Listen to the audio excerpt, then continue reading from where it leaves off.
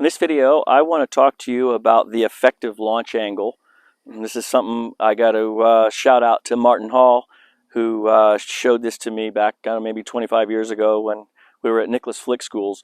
And this tool right here really represents what I'm going to refer to, or what Martin referred to as, the effective launch angle. And so it's a magnetic tool that fits onto the face of the club. And so what it's showing you is the effective launch angle. So the grooves, let's say, or for my grooves are going straight at you, and my grooves are still going straight at you. You can see as the ball gets above, starts going up, then the effective launch is now going left. So just in general, know that the ball will have a tendency to move in the direction of the slope. And so you can notice it's a simple way to think of it from this perspective. Think where's water going to fall? So if the ball's above my feet, water's falling this way. Well, so is the ball. And conversely, if it's going this direction, the ball's going to have a tendency to go that direction.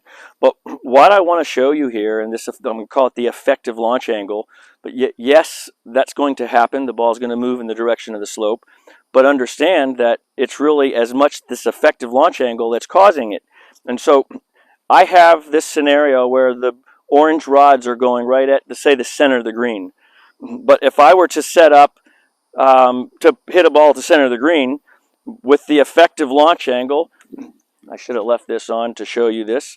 The effective launch angle, you can see as the ball starts to go more above my feet, it starts to go left. So if I were to set up perfectly square to the target, then my effective launch angle is going to be left. I'll miss this ball left of the green.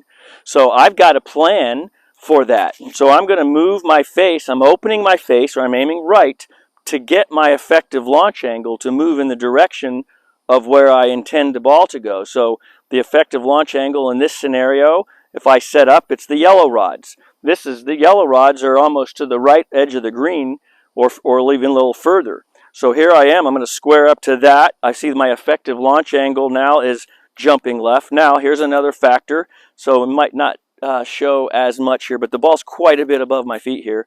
I need to measure out here. In other words, if my arms extend, the last thing I want them to do is go way down and go under the ball. So I got to know that the bottom of my arc is not going to go any further than where I set my hands on. So my arms, let's say, extend to there. So this is measuring out, which I've talked about in a couple other videos. But here I am, I'm setting up to my effective launch angles to get the ball to go, say, to the middle of the green. I need another club or two because I'm choking down quite a bit. But to get the ball to go in the direction of where I want, I have to set up everything to the right. The effective launch angle is now going back more towards where I want the ball to go. So let's go ahead and give this a try.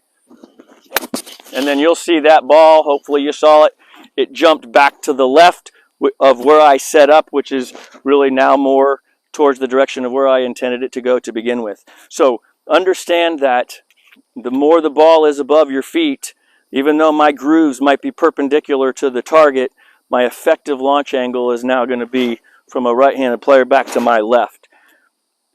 The other piece that I want you to understand is that the more loft you have, the more accentuated that scenario is.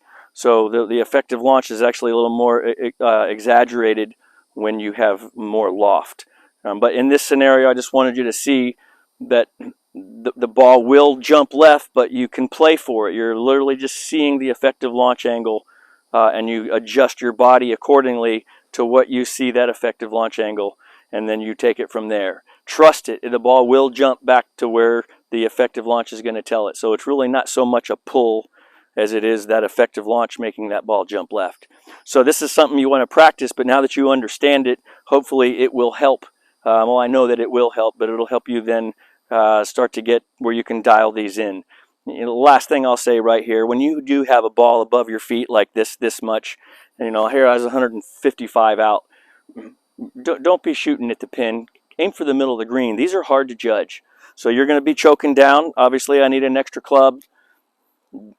Aim more for the middle of the green, or to try to get your ball to go to the middle of the green, or for your effective launch. Don't be pin hunting with the balls way above your feet. That's going to be problematic.